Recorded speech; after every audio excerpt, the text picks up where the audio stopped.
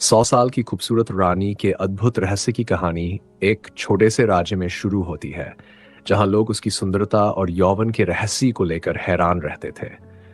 कहा जाता था कि रानी का एक जादुई पिंजरा था, जिसमें एक सुनहरी चिड़िया कैद थी। ये चिड़िया ही रानी के 100 साल तक जवान और सुंदर रहने का रहस्य थी।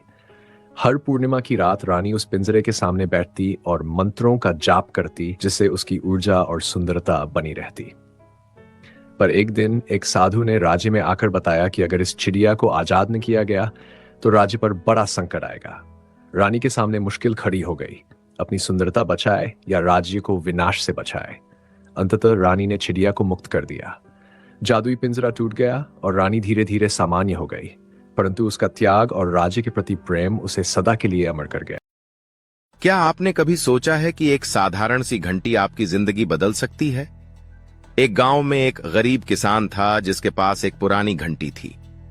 उसके दादा ने दी थी और वो हमेशा सोचता था, इसमें कुछ खास है, लेकिन कभी कुछ नहीं हुआ।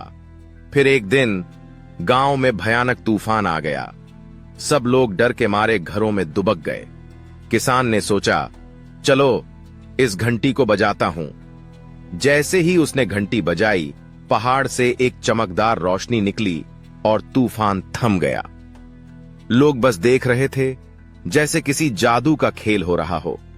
गांव बच गया और सबको समझ आया, जो चीज साधारण लगती है उसमें भी अद्भुत शक्ति हो सकती है। याद रखिए, हर चीज का अपना महत्व होता है।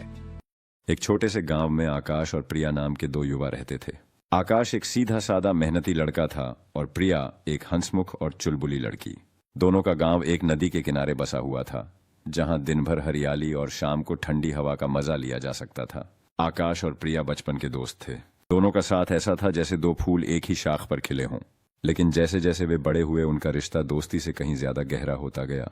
हालांकि दोनों ने अपने दिल की बात कभी एक दूसरे से कहने की हिम्मत नहीं की। एक दिन गांव के मेले में प्रिया ने आकाश से कहा, क्या तुमने कभी सोचा है कि हम हमेशा साथ क्यों रहते हैं?